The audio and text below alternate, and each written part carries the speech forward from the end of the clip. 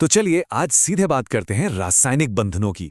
ये किसी भी मॉलिक्यूल के स्ट्रक्चर की नींव होते हैं और इन्हें अच्छे से समझने के लिए हमें इनके 4 सबसे जरूरी पैरामीटर्स को जानना होगा। तो शुरू करें। अच्छा, केमिस्ट्री की किताबों में एटम्स के बीच वो जो लाइनें खींची होती हैं, कभी सोचा है वो क्या है? वो कोई असली डंडी या स्टिक नहीं है। एक केमिकल बॉन्ड असल में तो एक अनदेखी ताकत है, एक तरह का खिंचाव जो एटम्स को एक साथ बांधे रखता है। और वो लाइन, अरे वो तो बस इसे कागज पर दिखाने का एक आसान तरीका है। ठीक है, तो सबसे पहले पैरामीटर से शुरू करते हैं, बॉन्ड लेंथ। इसे ऐसे समझिए कि ये दो जुड़े हुए एटम्स के बीच की दूरी है। ये किसी भी बॉन्ड का सबसे बेसिक, सबसे फंडामेंटल मेजरमेंट है। बॉन्ड लेंथ, जैसा कि नाम से ही पता चल रहा है, दो जुड़े हुए एटम्स के सेंटर्स के बीच की दूरी है और इसे कैलकुलेट करना बड़ा आसान है। बस दोनों एटम्स के रेडियस यानी त्रिज्या को जोड़ दीजिए। मिसाल के तौर पर पानी को ही ले लेते हैं। हाइड्रोजन एटम का रेडियस है 37 पिकोमीटर और ऑक्सीजन का है 74। दोनों को मिला दीजिए और हमें 111 पिकोमीटर की बॉन्ड लेंथ मिल जाती है ना आसान? अब रेडियस की बात हो ही रही है तो बता दूं कि ये दो तरह के होते हैं। पहला है कोवेलेंट रेडियस, जो उन एटम्स के लिए होता है जो एक दूसरे से केमिकली जुड़े हुए हैं। ये उन दो जुड़े हुए एटम्स के बीच की कुल दूरी का ठीक आधा होता है। और दूसरा है वैन डर वाल्स रेडियस। ये उन एटम्स के लिए है जो एक दूसरे के पास तो हैं पर केमिकली जुड़े हुए नहीं हैं, मतलब नॉन बॉन्डेड हैं। ये उन दो एटम्स के बीच की दूरी का आधा होता है। और यहाँ एक मजेदार फैक्ट है, वैन डर वाल्स रेडियस हमेशा कोवैलेंट रेडियस से बड़ा होता है। क्यों भला? अरे भाई, जो एटम्स बंधे नहीं हैं वो एक दूसरे से थोड़ी दूरी तो बनाए रखेंगे ही ना, थोड़ा पर्सनल स्पेस तो चाहिए। चलिए अब हमारे दूसरे पैरामीटर पर आते हैं, बॉन्ड एंगल। अब जब हमें बॉन्ड्स की लंबाई पता चल गई है तो ये देखने का टाइम है कि वो स्पेस में खुद को अरेंज कैसे करते हैं। बॉन्ड एंगल भी, जैसा नाम वैसा काम। ये दो बॉन्ड्स के बीच का एंगल है और यही एंगल तय करता है कि किसी मॉलिक्यूल का शेप कैसा होगा। वो सीधा होगा, पिरामिड जैसा होगा या कुछ और। ये एक तरह से मॉलिक्यूल्स की 3D दुनिया का नक्शा है। मीथेन का क्लासिक एग्जाम्पल देखते हैं। इसमें कार्बन से जुड़े चारों हाइड्रोजन एटम्स के बीच का एंगल एकदम परफेक्ट 109.5 डिग्री होता है। इससे एक परफेक्ट टेट्राहेड्रल शेप बनता है, एक आदर्श पिरामिड की तरह। अब अमोनिया को देखिए। यहां नाइट्रोजन पर एक लोन पेयर ऑफ इलेक्ट्रॉन्स होता है जो बाकी बॉन्ड्स को थोड़ा सा नीचे की तरफ धकेल देता है।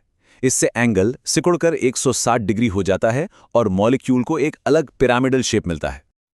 और आखिर में पानी। ऑक्सीजन पर दो दो लोन पेयर्स होते हैं जो बॉन्ड्स को और भी ज्यादा पास धकेल देते हैं, जिससे एंगल घटकर 104.5 डिग्री रह जाता है।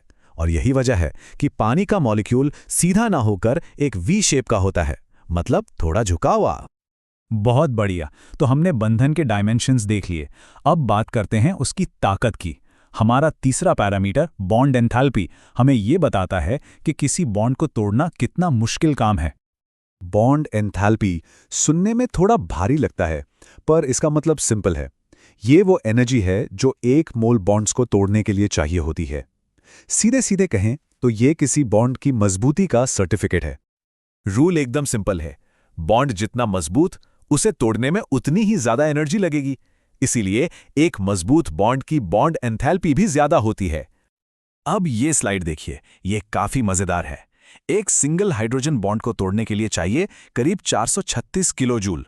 ऑक्सीजन का डबल बॉन्ड 498 और नाइट्रोजन का ट्रिपल बॉन्ड सीधा 946 किलो जूल प्रति मोल। क्या जबरदस्त छलांग है।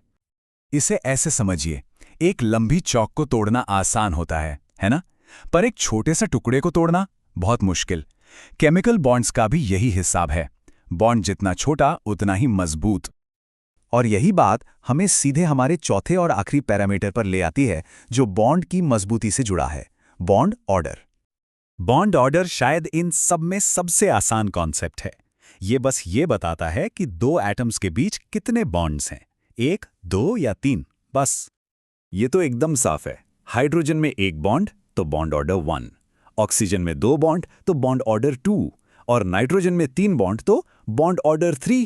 कितना सिंपल है। तो ठीक है, हमने चारों पैरामीटर्स को अलग अलग समझ लिया। अब देखते हैं कि ये सब एक साथ मिलकर एक केमिकल बॉन्ड की पूरी कहानी कैसे बताते हैं। ये स्लाइड सब कुछ एक साथ समेट देती है। गौर से देखिए, जैसे जैसे बॉन्ड ऑर्डर 1 से 3 की तरफ बढ़ता है, बॉन्ड की लंबाई घटती जाती है और उसकी ताकत यानी एंथैल्पी बढ़ती जाती है। तो याद रखने वाली बात क्या है? ज्यादा बॉन्ड मतलब छोटा और मजबूत बॉन्ड। तो ये चारों पैरामीटर लेंथ, एंगल, एंथैल्पी और ऑर्डर एक तरह से किसी भी मॉलिक्यूल का ब्लूप्रिंट हैं। ये हमें सिर्फ ये नहीं बताते कि मॉलिक्यूल कैसा दिखता है, बल्कि ये भी बताते हैं कि वो कैसे रिएक्ट करेगा, कितना स्टेबल होगा। और ये हमें एक आखिरी सवाल पर लाकर छोड़ देता है। अगर ये पैरामीटर्स वाकई मॉलिक्यूल्स का ब्लूप्रिंट हैं, तो इस ब्लूप्रिंट से हम क्या कुछ नहीं बना सकते?